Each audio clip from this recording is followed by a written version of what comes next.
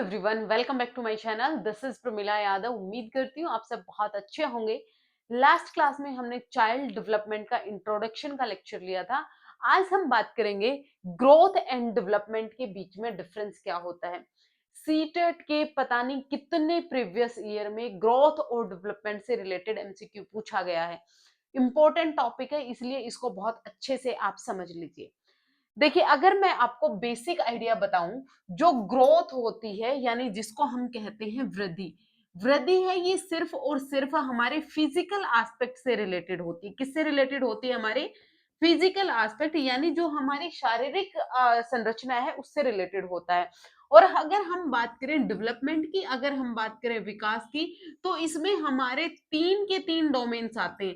Last class में हमने domains के बारे में डिस्कस किया था कि डेवलपमेंट की डोमेन क्या होती है, या फिर हम कहें सिक्स जो टाइप्स है। सिक्स टाइप कौन कौन से? सोशल हो गया, इमोशनल हो गया, लैंग्वेज हो गया, फिजिकल हो गया, कोग्निटिव हो गया और मोरल डेवलपमेंट हो गया। ये छह के छह टाइप्स हैं, वो विकास के अंदर आते हैं। यानी अगर हम एक ब्रॉड टर्म की बात करें तो ये जो विकास है ये पूरी ब्रॉड टर्म है, और जो फिजिकल डेवलपमेंट है ये इसका छोटा सा पार्ट होता है। ये फिजिकल हो गया, ये कॉग्निटिव हो जाएगा, ये आपका इमोशनल हो गया, ये आपका सोशल हो गया, ये आपका लैंग्वेज हो गया, और ये आपका मोरल हो गया। इस तरह से ये छोटे छोटे पार्ट्स हैं, टाइप्स हैं, और विकास है ये एक ब्रॉड टर्म होती है। तो पहली चीज आपको क्लियर क्या करनी है, जो ब्रॉड टर्म है वो क्या है? डेवलपमेंट है, विकास है। और उसमें नैरोवर टर्म है वो क्या है? फिजिकल डेवलपमेंट है। फिजिकल डेवलपमेंट सिर्फ हमारे शारीरिक विकास से रिलेटेड होती है, जैसे हमारी हाइट कितनी बढ़ रही है, हमारा वेट कितना बढ़ रहा है, हमारा बॉडी का प्रोपोर्शन कितना बढ़ रहा है, ये वृद्धि होती है। वृद्धि है ये एक टाइम के बाद जाकर रुक जाती है। वृद्धि की अगर हम बात करें तो ये किशोर अवस्था में जाकर ये रुक जाती है। जब हम किशोर अवस्था पूरी कर लेते हैं, यानी जब हम 18 साल तक हो जाते हैं, वहां पर जाकर मेच्योरिटी पर जाकर ग्रोथ है वो रुक जाती है। लेकिन डेवलपमेंट है ये निरंतर चलता रहता है। डेवलपमेंट है ये आपका वोम्ब टू टोम्ब जाता है, ये वोम्ब टू टोम्ब जाता है, यानी आपकी गर्भ से लेकर ये कब्र तक जाता है। चीज क्लियर हुई? फिर उसके बाद जो ये वृद्धि है इसको आप माप सकते हैं, इसको आप मेजर कर सकते हैं। कैसे माप सकते हैं? आपका वेट कितना बढ़ा है इसको आप तोल सकते हैं, माप सकते हो। आपकी हाइट कितनी बढ़ रही है, पहले आपकी हाइट 5 फीट थी, आज 5 फीट 1 इंच हो गई है। ये क्या है? ये चेंज आया, इसको आप डायरेक्टली मेजर कर सकते हैं। लेकिन ये जो बाकी टाइप के चेंजेस हो गए, चाहे आपका सोशल हो गया, इमोशनल हो गया, कोग्निटिव हो गया, इनको आप डायरेक्टली मेजर नहीं कर सकते। आप डायरेक्टली इनको माप नहीं सकते कि आप में कितना ग्राम कोग्निटिव डेवलपमेंट हुआ है, कि आप में 100 ग्राम सोशल डेवलपमेंट हुआ है। इनको आप मेजर नहीं कर सकते। इनको आप सिर्फ इंडिविजुअल के व्यवहार में ऑब्जर्व कर सकते हैं, अवलोकन कर सकते हैं। जब हमें किसी भी बच्चे के व्यवहार में परिवर्तन देखने को मिलता है, तब हम ये अनुमान लगाते हैं कि बच्चे में पर्टिकुलर टाइप का डेवलपमेंट हुआ है। जैसे एग्जाम्पल के लिए हम देखें कि बच्चे में अगर हम लैंग्वेज डेवलपमेंट की बात करें, तो पहले बच्चा सिर्फ एक वर्ड बोल पाता था। फिर उसके बाद कुछ टाइम के बाद बच्चे में मैच्योरेशन आई, तो बच्चा 2 वर्ड बोलने लगा। 2 से 3 वर्ड्स को एक साथ जोड़कर एक सेंटेंस बनाने की कोशिश करने लगा। फिर उसके बाद बच्चा अपनी बात बहुत अच्छे से रखने लगा, एक कंप्लीट सेंटेंस बनाने लगा। तो ये आपने देखा कि पहले बच्चा सिर्फ रोता था, फिर बच्चे ने बैबलिंग करना शुरू किया, फिर बच्चे ने वन वर्ड बोला, फिर 2 से 3 वर्ड को जोड़कर बोला, फिर एक सेंटेंस को बोला। ये क्या आया? चेंज आया। कहां से? रोने से लेकर बच्चा अपनी बात को अच्छे से रख पा रहा है, कम्युनिकेशन अच्छे से कर पा रहा है। ये बच्चे के व्यवहार में आपको दिखाई दे रहा है। आप ये डायरेक्टली नहीं मेजर कर सकते कि बच्चे में इतना भाषा का विकास हुआ है, 100 ग्राम हुआ है, ये आप नहीं मेजर कर सकते। तो डायरेक्टली आप इसको मापन नहीं कर सकते। लेकिन जो फिजिकल चेंज है, जो हमारे शारीरिक परिवर्तन है, उनको आप डायरेक्टली मेजर कर सकते हैं। तो हम कह सकते हैं ग्रोथ को आप मेजर कर सकते हैं, लेकिन डेवलपमेंट को आप मेजर नहीं कर सकते। तो ये है, ये क्वांटिटेटिव है। ये कैसा है? क्वांटिटेटिव है, यानी ये मात्रात्मक है। कैसा है? मात्रात्मक है, जिसको आप मेजर कर सकते हैं। और जिसको आप मेजर नहीं कर सकते, तो विकास है ये क्या है? ये गुणात्मक है। ये सब मैंने बहुत डिटेल में बहुत अच्छे से पिक्चर में डाले हैं। ये पहले मैं आपको इसलिए बता रही हूँ ताकि आपको चीजें क्लियर हो जाए। ये कुछ मेन डिफरेंसेस हैं ग्रोथ और डेवलपमेंट को। अब एक एक को हम इस चीज अच्छे से समझते हैं। देखिए, ग्रोथ का मतलब क्या है? Increase in size of body और बॉडी पार्ट्स। आपके बॉडी पार्ट्स का बढ़ना, ये क्या है? आपकी ग्रोथ है। और overall progressive change in the individual. Individual में हर तरह के चेंज हो रहे होते हैं। जितने भी टाइप के डेवलपमेंट हैं सारे इंटरकनेक्टेड, इंटर रिलेटेड होते हैं, यानी एक दूसरे से संबंधित होते हैं। ये भी क्वेश्चन बनता है कि जो टाइप्स ऑफ डेवलपमेंट है ये इंटरडिपेंडेंट होते हैं या इंडिपेंडेंट होते हैं? इंडिपेंडेंट नहीं होते, स्वतंत्र नहीं होते। हर एक प्रकार का डेवलपमेंट है वो दूसरे प्रकार के डेवलपमेंट को प्रभावित करता है। बच्चे का शारीरिक विकास बच्चे के संज्ञानात्मक विकास को प्रभावित करेगा। बच्चे का शारीरिक विकास है वो बच्चे के सोशल डेवलपमेंट को भी प्रभावित करेगा। जैसे एग्जाम्पल से मैं आपको समझाऊं कि अगर बच्चे की हेल्थ अच्छी नहीं है तो बच्चा खेलने नहीं जाएगा। क्यों खेलने नहीं जाएगा? तो प्लेग्राउंड में जो बच्चे का सोशल डेवलपमेंट होता है, सामाजिक विकास होता है, वो नहीं हो पाएगा। बच्चा एक दूसरे से सहयोग नहीं सीख पाएगा, फ्रेंडशिप नहीं कर पाएगा, कोऑपरेशन, ये चीजें नहीं डेवलप होंगी बच्चे में। तो एक प्रकार का डेवलपमेंट है दूसरे प्रकार के डेवलपमेंट को प्रभावित करता है। इसमें हर तरह का चेंज आएगा। जैसे मैं पीछे आपको 6 टाइप के चेंज, 6 टाइप के डेवलपमेंट बता चुकी हूँ। इसमें है ये क्वांटिटेटिव चेंज होते हैं, लेकिन केवल ये मात्रात्मक चेंज होते हैं। लेकिन इसमें आपका क्वांटिटेटिव और क्वालिटेटिव दोनों होते हैं। अगर आपको ऑप्शन में दोनों गिवन होंगे तो आप दोनों के साथ जाएंगे, और अगर सिर्फ क्वालिटेटिव गिवन होगा और दोनों नहीं गिवन होंगे तो आप क्वालिटेटिव के साथ जाएंगे। दोनों को क्यों इंक्लूड किया? क्योंकि इसमें फिजिकल डेवलपमेंट भी इंक्लूडेड है। फिजिकल डेवलपमेंट है इसलिए ये क्वांटिटेटिव है, और बाकी सब है इसलिए ये क्वालिटेटिव है। तो ये दोनों प्रकार का हो गया। नेक्स्ट है ये नैरोवर कॉन्सेप्ट है, मैंने अभी बताया। एक ब्रॉड टर्म है डेवलपमेंट, उसमें 6 टाइप्स हैं। तो फिजिकल डेवलपमेंट उनमें से एक है, एक छोटा सा पार्ट है। तो ये नैरोवर कॉन्सेप्ट है सॉरी। और ये ब्रॉड कॉन्सेप्ट है, इसमें हर प्रकार के चेंजेस आते हैं। मेनली फिजिकल चेंज होते हैं। ग्रोथ में क्या आएगा? आपका शारीरिक परिवर्तन आएंगे, और इसमें आपका फिजिकल भी आएगा, मेंटल भी आएगा, इमोशनल, सोशल चेंजेस, इसमें आप मोरल और लैंग्वेज भी ऐड कर सकते हैं। फिर उसके बाद आएगा, इसको आप इजीली मेजर कर सकते हैं, इसको आप माप सकते हैं। इंची टेप की मदद से आप अपनी हाइट को माप सकते हैं, लेकिन इसको मेजर करना डिफिकल्ट होता है, इसको आप डायरेक्टली मेजर नहीं कर सकते हैं। मेनली डिपेंड अपॉन हेरिडिटी, ये इंपॉर्टेंट पॉइंट है। अगर आपसे कोई पूछे ग्रोथ है वो हेरिडिटी पर डिपेंड करती है या इन्वायरमेंट पर? 100% जो ग्रोथ है वो हेरिडिटी पर भी डिपेंड करती है और इन्वायरमेंट पर भी, लेकिन ज्यादा प्रभाव हेरिडिटी का होता है। सिर्फ हेरिडिटी के कारण बच्चे की ग्रोथ नहीं होती है, आप ये चीज क्लियर रखना। ग्रोथ के लिए हेरिडिटी ज्यादा प्रभावित करती है। क्यों? क्योंकि ये देखा गया है कि जिस बच्चे के माता पिता की हाइट लंबी है तो बच्चा भी लंबा ही होता है। बच्चे के माता पिता का कलर हो गया, बच्चे के माता पिता का हेयर का कलर हो गया, आईज का कलर हो गया, इंटेलिजेंस हो गई, ये सब चीजें हैं, ये बच्चे को हेरिडिटी से मिलती हैं, अनुवांशिकता से मिलती हैं। बच्चे का जो बॉडी का स्ट्रक्चर है ये उसको अपने माता पिता के थ्रू, जीन्स के थ्रू मिला है। इसलिए ग्रोथ के लिए ज्यादा रिस्पॉन्सिबल हम हेरिडिटी को मानते हैं। लेकिन मैंने क्या कहा? सिर्फ हेरिडिटी रिस्पॉन्सिबल नहीं होती ग्रोथ की। अगर आपको ओनली हेरिडिटी कहीं भी दिया हो तो सिरे से ना कर देना। क्यों?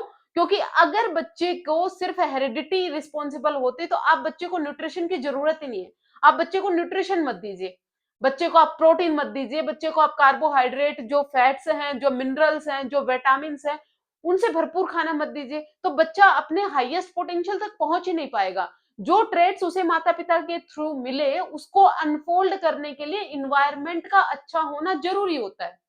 चाहे बच्चे के माता पिता कितने ही एक्सट्रोवर्ट हैं, कितने ही बहिर्मुखी हैं। बहिर्मुखी ऐसे लोग जो दूसरों से बहुत जल्दी घुल मिल जाते हैं, बहुत जल्दी फ्रेंडशिप कर लेते हैं। लेकिन अगर आप बच्चे को अच्छा इन्वायरमेंट प्रोवाइड नहीं करवाएंगे, अच्छा सोशल सर्कल नहीं देंगे, तो बच्चा एक्सट्रोवर्ट हो ही नहीं सकता।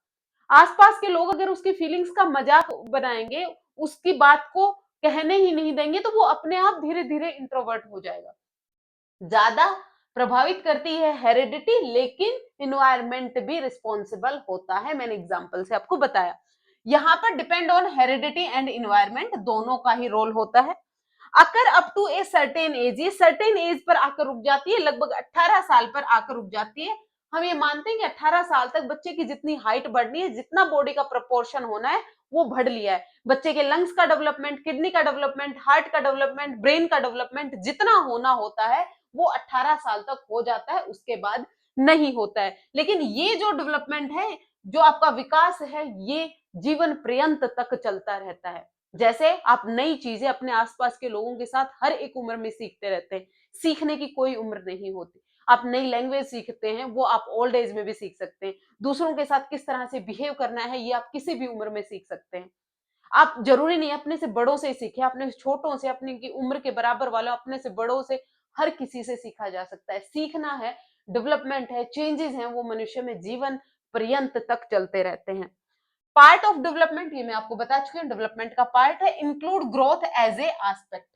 ठीक है, increase in height, weight, size of body parts, ये हो गया आपकी ग्रोथ। Learning language, gaining knowledge, emotional maturity, social adjustment, मतलब सारी चीजें हैं वो आपके डेवलपमेंट के अंदर आती है। ये थे मेन डिफरेंसेस ग्रोथ और डेवलपमेंट के लिए। 100% एक क्वेश्चन यहां से बनता है, इंपॉर्टेंट है, और इससे बाहर ग्रोथ और डेवलपमेंट का कोई डिफरेंस नहीं है और ना ही आपसे पूछा जाएगा। होपफुली मैं आपको ग्रोथ एंड डेवलपमेंट का डिफरेंस है वो क्लियर कर पाई होंगी।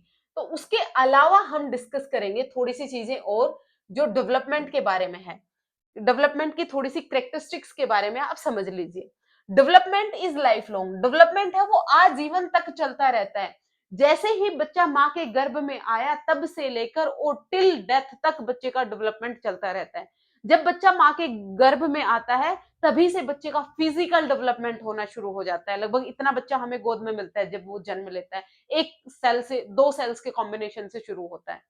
तो ये क्या है, बच्चे का फिजिकल डेवलपमेंट दिखाता है। बच्चे का कोग्निटिव डेवलपमेंट भी बच्चे माँ के गर्भ में ही शुरू हो जाता है। और ये जो डेवलपमेंट है ये डेथ तक चलता रहता है, मतलब जीवन पर्यंत तक चलता रहता है। Life long prospective of development, इसमें गेन्स भी होते हैं और लॉस भी होते हैं। इसका मतलब क्या है, डेवलपमेंट है वो पॉजिटिव भी होता है और डेवलपमेंट है वो नेगेटिव भी होता है।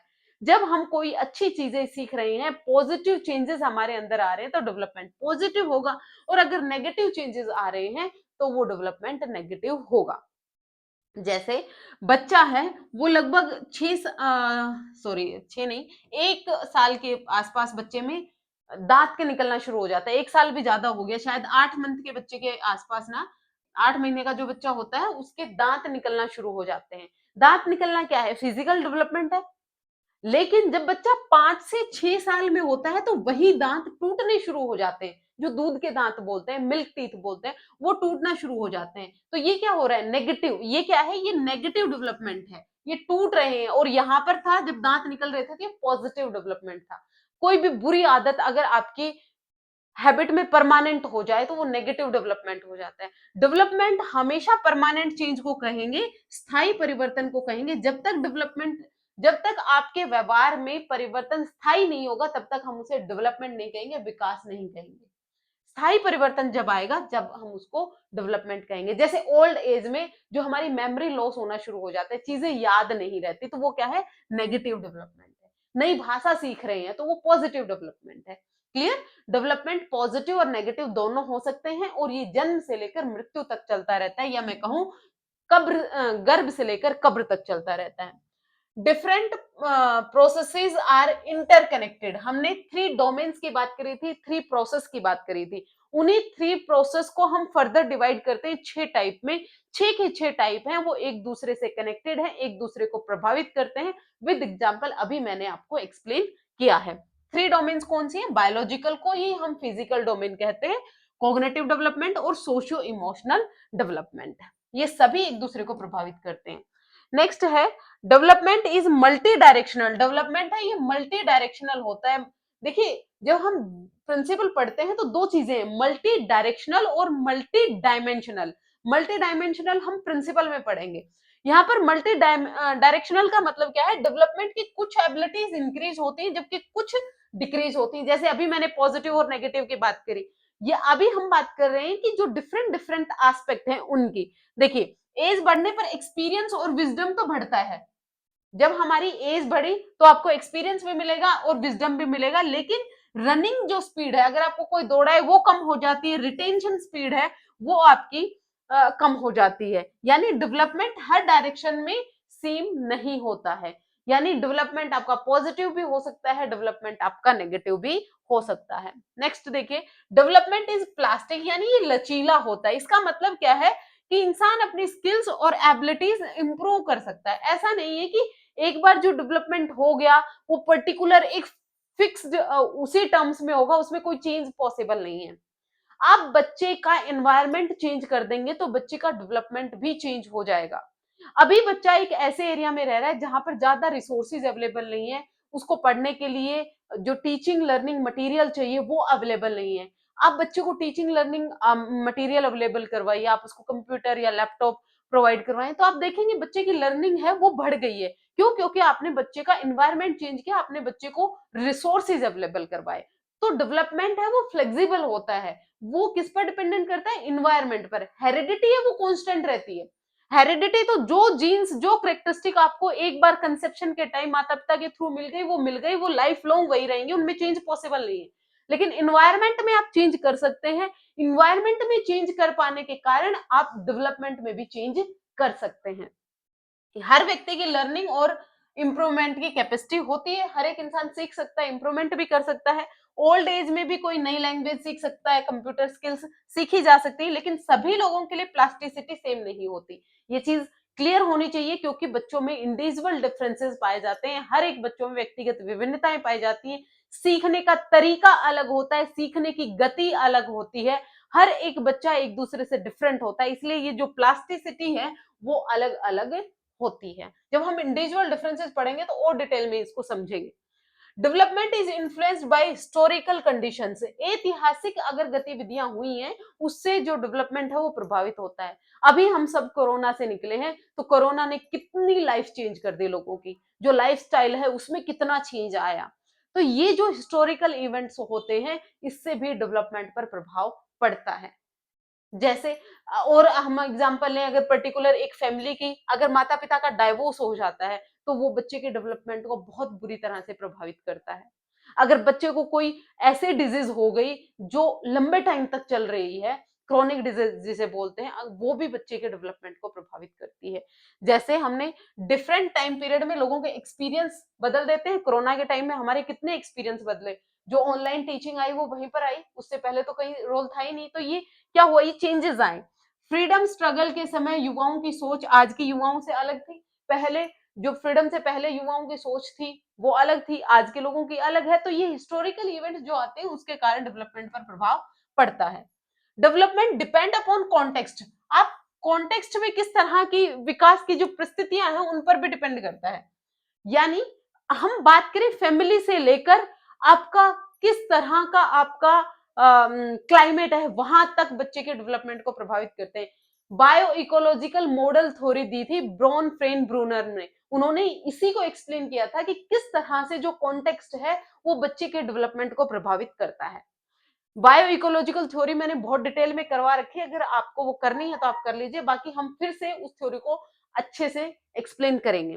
ये कहते हैं कि जो फैमिली है, फैमिली का बैकग्राउंड कैसा है, माता पिता पढ़े लिखे हैं नहीं पढ़े लिखे हैं, माता पिता की इनकम कैसी है, इकोनॉमिक स्टेटस भी बच्चे के डेवलपमेंट को प्रभावित करता है। माता पिता का इकोनॉमिक स्टेटस क्या है, माता पिता किस सोसाइटी में रह रहे हैं, माता पिता का कोग्निटिव लेवल किस तरह का है, उनका सोशल सर्कल किस तरह का, ये सब चीजें बच्चे के डेवलपमेंट को प्रभावित करती हैं। बच्चे की संस्कृति कैसी है, कल्चर कैसा है, वेशभूषा कैसी है, पहनावा कैसा है, रीति रिवाज क्या है, मान्यताएं क्या हैं, ये सब चीजें बच्चे के डेवलपमेंट को प्रभावित करती है। सोसाइटी, समाज, हिस्टोरिकल इवेंट्स की अभी हम बात कर चुके हैं। फिजिकल एनवायरनमेंट यानी जो भौतिक एनवायरनमेंट है, बच्चा कौन से एनवायरनमेंट में रह रहा है, बहुत ज्यादा पॉल्यूटेड एरिया में तो नहीं रह रहा है, ऐसे एरिया में तो नहीं रह रहा है जहां पर रेडिएशन हो, जहां पर आपकी बहुत ज्यादा ड्रग्स या पॉइजन वगैरह फैला हुआ हो, तो वो चीजें भी बच्चे के डेवलपमेंट को प्रभावित करती हैं, या तो नेगेटिव तरीके से या फिर पॉजिटिव। अगर बच्चे को अच्छा एनवायरनमेंट मिलेगा तो वो बच्चे के डेवलपमेंट को बढ़ाएगा, और नेगेटिव एनवायरनमेंट मिलेगा तो वो बच्चे के डेवलपमेंट को